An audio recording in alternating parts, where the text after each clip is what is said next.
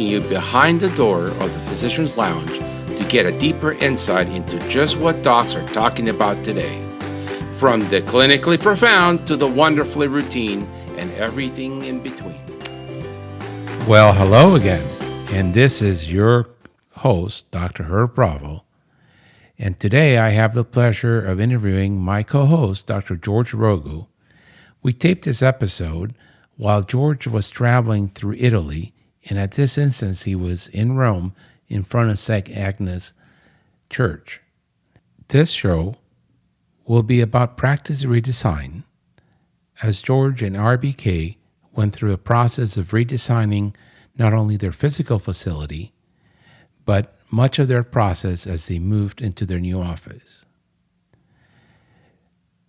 This will also be our 48th show this year, but not the last one that we tape.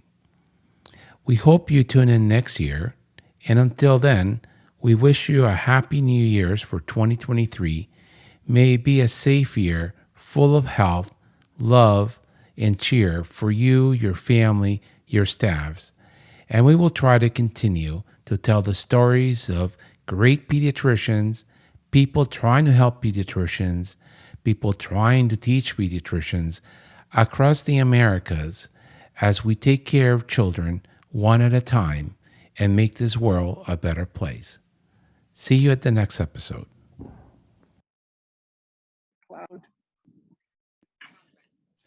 Hi, George. Where are you today? Hey, Herb, Bob, in Rome, Italy again. We have one more day and then we're done. Maybe we'll do another podcast. I don't know. We'll see. Still in Rome by the Vatican, but I'm on for the hotel. So we have some nice Italian background, real virtual background. What's the church behind you? A little bit. I guess it would be to your right. It is actually, they say what it's called. It's Santa Agnes Ingone. Oh, wow. Saint Agnes, yeah. So what are we going to talk about today? Today, I think we should talk about practice transformation and culture of the office. And why do we have to transform a practice if it's already making money? You know what? First, you have to go by what the definition of practice transformation is. If you were just to spew out a definition, you would think, just making everything electronic, and that's your practice transformation. But it's a little bit more than that. It's practice culture change, obviously infrastructure and technology change, patient access change. It's basically restructuring the way you did everything. And the reason that you have to do it is because if you don't, then you're going to be yesterday's news and nobody's going to come to you anymore. Wow. And when you transformed your practice, was the physical space the main driver because you gotten so big you didn't fit to the old space? Well, the old space had worked for 58 years. And after we moved out into the new location, I went to my partners and I said, geez, how did we get away with this for so long? Because, it was built in 1962, 63 with very, very small rooms with the circle, rooms all around. That model doesn't work anymore. And we had a terrible parking space. But now when you build it out fresh, you can build it out the way it's supposed to be with lots of rooms, centralize the laboratory where all the action is, the laboratory, the doctor's office, the nursing station, the vaccine drawing stations. So it keeps people from moving around too much, make it more efficient. So let's talk just about the physical transformation today, because I think culture is a whole other subject. Right. But where did you start? So you decided the old space was not meeting the needs of the physicians, the staff, or the patients. And so where did you start after that? Well, we had the opportunity to move one of our offices into this big medical mall-like complex within, a hospital system. Yet we are still private. We rent space from them. So we took over about 4,000 square feet. And with their help and their design, their architects, we designed a office flow that we thought would work for our office. My idea was centralize all the activities, centralize the doctor's offices, centralize the nurse's station, the laboratory, like in the middle of the thing, and all the rooms were all around that. So we can get to the lab quickly. And a very interesting thing that we did in the transformation was the waiting room. We got rid of the waiting room, believe it or not. You know, with Office Practicum, they have this feature where you can, text the patients when the room is ready. So they just basically wait in the parking lot. When the room is ready, we just text them and they come on in. The hospital system did have a general waiting room where everybody could use it. But I figured it's not nice to have like kids bouncing all over the chairs and vomiting when they're sick. The security guards couldn't handle it. So we made a little bit of a sub-waiting room, which is basically just an area where the nurse will greet you and they'll let you in. Okay. Very few chairs, very few chairs. And then, so I don't know if everybody knows this, but location is key. So your location was driven by the opportunity to take over this office space that worked well for you. Well, when you move an office, it's very, very important. You cannot move too far. You can't go far east, west, north, or south more than a couple of miles because you're going to lose all your patient base. We were very lucky. They were down the street about 3/4 of a mile. So it was like not even moving. The only thing that it did was increase my commute to work a little bit. But it's not that big of a deal. And then because you're pediatrics, you were looking for a first floor space? We had the first floor space, it's just walk-in space with a huge monster parking lot. I could give you your own reserved parking space if you wanted. Parking is not an issue, where in our old office, parking was always an issue because it was terrible parking, not enough space. It was on a hill. I think it was the main reason why patients would not come to us because of parking. Now, if you got rid of that problem, people just keep coming because the parking is overly abundant. Yeah, I know that real estate people have a metric for retail, and I'm not going to quote it properly, but it's something like three spaces per 1,000 feet or something like that. And, Yeah. But Yeah, if you don't, we didn't do that math. but you really need a lot of parking spaces when you're a pediatric office because there's a lot of people coming and going all day long. Correct. Equivalent to what a mall uses. Correct. Otherwise, you're correct. No mommy wants to be going around and around and around waiting for a parking space to open while the baby's crying in the back seat. I agree. Did you get outside signage, or is that part of? Did you consider that important or not? Well, it used to be important when we were at the old facility. That was our building, so we were able to put out a sign. When you go in and rent space from like a medical mall-like complex, the signage outside is not a possibility. So we did have some issues with patients finding us. They would all go to the old office. They'd call up, say, "Hey, we're not there. What happened?" We have to guide them to the new office. I actually had to do a video where I actually went into the parking lot and recorded a video of me driving out of the parking lot down to the place and showed them where the new place was, so they can figure it out because we were losing people right and left. When the practice has been around for so many years, 58, 59 years, it became a staple in the community. So people know that we're there somewhere, but the signage is a problem. Yeah. So do you have display windows? Like windows that are... No, we don't have any windows. That's another negative when you rent from somebody. It's like the building is 500,000 square feet. We only occupy 4,000 of it. And, we have the first suite, which the parents don't have to walk too much, but we don't have any windows, but it's okay. No, because some here the building code's so tight.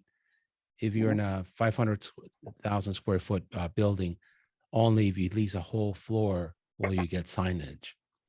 Correct. Correct. But sometimes you have a window and you can put lit signs on the window so people can see you. Well, yeah. When you were designing the office with these architects, how many exam rooms per physician did you calculate were needed? Well, we built it out with the idea of working 3 doctors with the idea of having 4 doctors in the future. I thought in a year or two, but that future came within 6 months. So now we're built it up for 4, so each doctor has 3 rooms. They can't work out of more than 3 rooms at a time. So you have 12 exam rooms. Yeah. Yep. Okay. And are the physicians sitting in what I call a bowl altogether, or do they all have their private offices? Well, that was another very, very important transformation that happened in our office. All right. The standard way of doing it is, everybody gets their own consultation room and they sit, but that just exaggerate that silo mentality. So we took out a section where we put doctors' workstations and everybody's in the same office. So we get to speak to each other. I know about everybody's kids, his birthday, their parties, who's sick, I know everything about everybody, Whereas if I lived in my own office and I knew people lived in their own office, I wouldn't even know their names. So I think that was a very, very important thing. When we did our major renovation in our South Shore office, which was basically just a facelift, we had individual offices in there. And what happens is we just took out some more space, built it out, and we were not able to make a big doctor's office. So everybody's getting stuck in their own little consultation room. Back to the old silos. A whole day can go by and I wouldn't see anybody. And do you have any consult offices in case you wanted to talk to a parent? We do have a consult room where it started out as a consultation room, but Dr. Riley ended up taking over for his pediatric weight management program. Okay. So and we do have that. And do you have a tele-med room? The tele-med was always a problem. We learned that with old office when telemedicine became popular because we just put cameras onto the computers. So when we put the new office in, we had to put new computers in the examination rooms. It was only the right thing to do. So I got these computers, these Dell all-in-one. So basically it had the monitor, the speakers, the camera built into the monitor. So it's all in one. Just push the button. So every exam room has telemedicine. And the doctor's office also has telemedicine. So there's never a lack of a telemedicine computer. Okay. And then you put a computer in every room. Correct. And why is that? Much better. Because it's efficiency. I mean, Wi-Fi is Wi-Fi. It doesn't work all the time. So, we didn't want to tinker with, the Wi-Fi is not working and the doctors can't do their notes and everybody gets upset and everybody gets behind. We just plug the hard wire into everything onto the server. There's always a hardwired connection. It never goes down. Okay. I do see Office practicum is on the cloud. So it's just basically, you don't even need heavy duty computers to run it. Yeah. So when I'm doing my locums, I see a lot of offices where there are no computers in each room, and you got to go back to the doctor's office to key in everything. Correct. And it drives me nuts because I don't like the patient to leave until I sent the script out. Correct. And so I have to go back to the desk and write the script, and then by the time I come back to tell the parents, okay, it went through, it's at your CVS, they've already left, and I don't get to give them the instructions, and I want to pull my hair out. It's a matter of efficiency. They do it like that because they didn't want to spend money on computers. But they lose money on the you got to spend run. money to make money. Yeah, you got to spend money to make money. Do you have a special room for newborns and infants? We try to segregate sections of the office for more of the newborn care and well care and the non-sick care. Like separate offices, sections of the office, the clean side and the dirty side. We used to work, Dr. A would work 1, 2, 3, Dr. B would be 4, 5, 6. We no longer do that. So we tend to bounce around. So I think what that did was that increased the efficiency also, because instead of, they're saying, well, Dr. Rogu's rooms are all occupied, so I can't put the patient in. They'll just take over another room that's free. It could be room number 15. And I'll catch up and eventually make it to room 15. So people are no longer, we never have I don't have a room problem anymore. All right. And then you have a separate area for your labs and then another one for your vaccines? Well, we have an area for the labs and the vaccines, and another area for the nurses where they congregate to fill out forms. They can write their notes, they can input data and things like that. It's right across from the lab. So the nurses needed a section where they could sit down and do things, where in the old office, everybody was in one area. So you're drawing, you're writing, you're sitting, you're taking blood. It got messy, so we split it up a little bit. And why do you separate the lab from the vaccine space? Because with the vaccines, you have to be very, very careful, to write the correct lot number, pick the right vaccine. Nurses tend to, talk, and they get distracted very easily. So we don't need any distractions. Yeah, I've always thought that it's also not hygienic to Yes. be drawing vaccines right next to the strep test or the urine sample. Correct. And it drives me nuts when I'm in an office and they have one room where they do everything. And it's like, that's not good patient care to me. Even if you just have a little closet for the vaccines. And then what kind of refrigerators do you have for your vaccines and why is that important? Well, they have these special refrigerators with, what is it called, with the monitoring systems to make sure that the temperature is stabilized, so it doesn't, because with the refrigerators, the vaccine temperature goes up and down, and it can spoil the vaccines. So we have it set up with a monitor system that if the temps deviate from the norms, we get a text message saying, hey, there's a problem. And it's usually a problem when somebody forgets the door open. Do you have a backup generator for them or? The building does. Okay. We don't have it, but the building does. We got lucky with that. Yeah.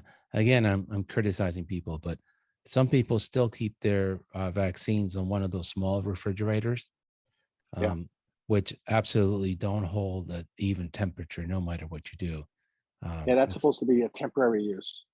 Yeah, that's terrible. And you told me how you marketed your new space, right? You did a video and you showed people how to get from the old office to the new office and the process of construction and everything. Oh, we did videos like every week. We would just record. I'd walk through the office and just off the hip, just record, here's the office, the walls are up, the computers are in, the furniture's in, the colors are picked, and we send it out to all the patients as a little newsletter with a link to the YouTube video. So people were excited. They saw the transformation occur, the physical transformation occur. And so when we were ready to go live, of course, we had to do a go live video and sent it out to everybody to tell them, we went live, here's everybody's working, this is the first day, this is the first patient. So that's how we got the message out. And then I did hire a professional marketing company who came in, took some pictures, they did a little write-up and they shared it with some kind of algorithms on Facebook, and people saw it. And I would get a little angry with them because I don't understand. I've never seen any of these videos or any of these posts that you guys say you did for us in RVK. I said, yeah, but you're not our demographic. That's why you're not seeing them. But I did hear from people that did see them on Facebook and other places. And we did that for a couple of months. And then I started to realize that, we don't need it anymore. So we pulled the plug on it.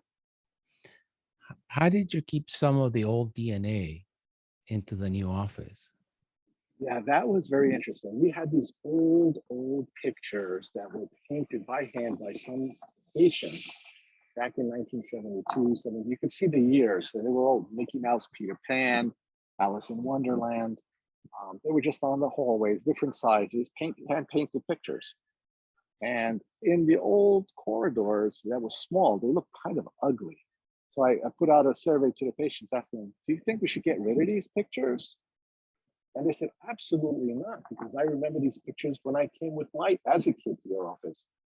So we brought that and we displayed them in the small waiting room that we have, and they look so nice when they're displayed properly.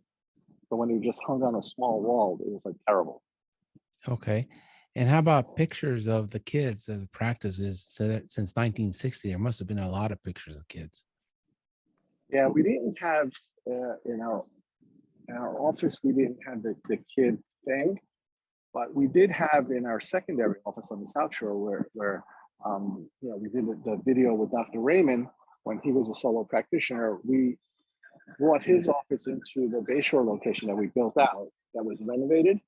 the one that I told you that had individual consultation rooms. Yes. And basically he had pictures every year of thousands and thousands of children all over the walls. So I went up there and I just took a snapshot picture. I made like 5 frames of them, and we called it Dr. Raymond's Children. It's like a tribute to Dr. Raymond. So the patients that came from that office to this office, it was like a little homage to him. You met Dr. Raymond, he's a great guy. Yeah, I love that story. I really love that story. I think people forget to respect their elders. Yep, I agree. And, you know, learn the lessons they want to teach us and not forget them. And doing that, you know, kind of keeps that in the DNA of the practice. How about the decorations? Did you go out and spend $5,000 per room? No, we did not. I just got some frames from a local Michael store that are pretty colorful. And I got some, you know, went to one of the poster places and got a whole bunch of Disney wall art. Yes. I just put them into the frames and put them on the walls, and each room is a designated Disney theme. It looks great. It was interesting because I was reading Cliff James' book on practice management. Right. And he says he spent like $2,000 or $3,000 in each exam table. And that you know, that's money really well spent. Yeah. I always thought, you know, people don't really care that much about the exam table. Well, an accent wall and some pretty some pretty paintings or wall hangings and a clean office is what they want. Yeah. That's really all they want. Clean office access. It looks good. It's fantastic. And did you put TVs in every room or in the little waiting room? We don't have any TVs. No TVs. And no TVs. Can the patients access your Wi-Fi through a separate network?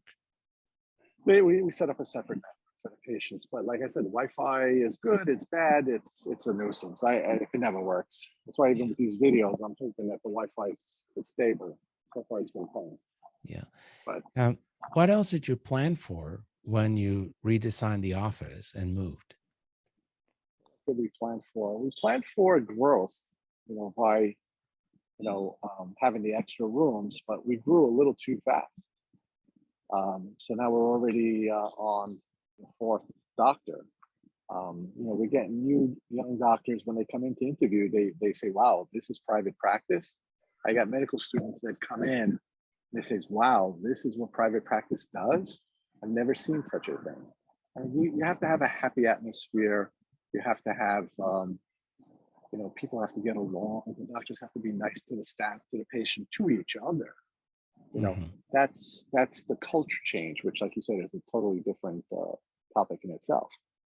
But you know, we innovate as we go along. So I rarely plan. You know me, I shoot from the hip most of the time. You know, we've been doing COVID tests. We're doing complete blood counts, strep tests, like everybody, throat cultures, mono tests.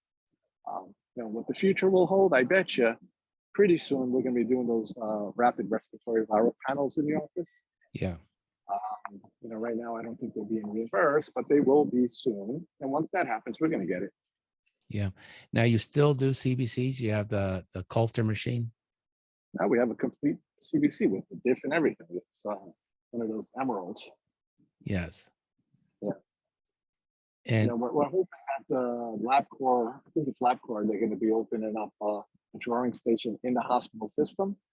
So the patients will make it to the lab as opposed to giving them a piece of paper that they're supposed to go to some lab sometime, and most of the time they forget. If they're in the building, we just change the workflow and tell them, you know, go to the lab, or, you know, after your checkup, go to the lab and get your blood drawn. And I think we're going to do better care with that. And we're going to be, you know, there are interfaces with the lab, but they're very, very clunky. They don't always work, and you don't always know where they're going to go. So if you're limited to one company, it's easier to control and manage. How often, other than checking for the hemoglobin, like on the sick side, you hardly ever do a CBC anymore. Yeah, CBCs are basically been replaced with the COVID test.